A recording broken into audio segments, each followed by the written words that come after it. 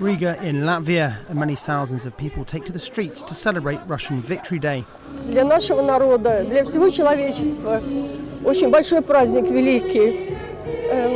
Народы всего мира, и в том числе, которые бывшего Советского Союза сделали эту победу, освободили мир от фашизма. Here at Riga's Victory Monument, this year is particularly special as it marks 70 years since the defeat of the Nazis. But for some other people in Latvia, it is not a day for celebration.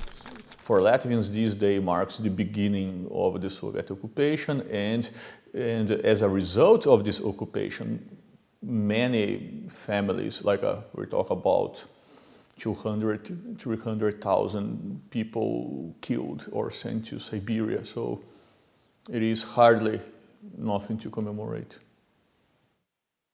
There are just over 2 million people in Latvia, roughly a quarter of which are ethnic Russians. For them, Victory Day is one of the most important days in the calendar and a proud reminder of their Russian heritage. But for the rest of the Latvians, it marks the start of a dark chapter in the nation's history.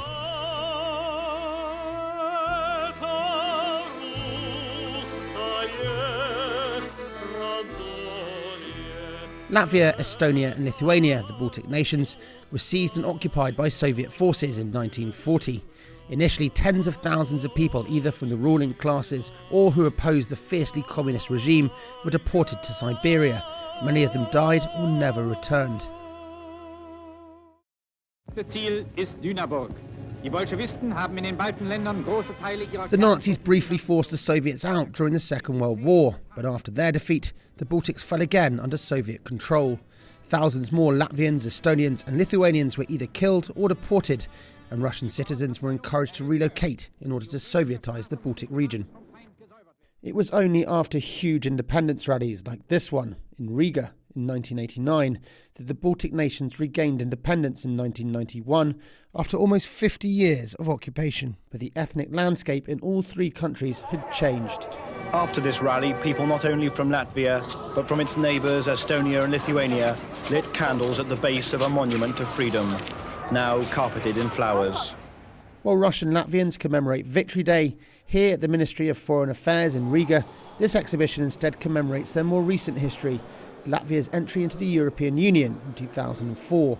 Like the rest of Europe, they're celebrating Europe Day.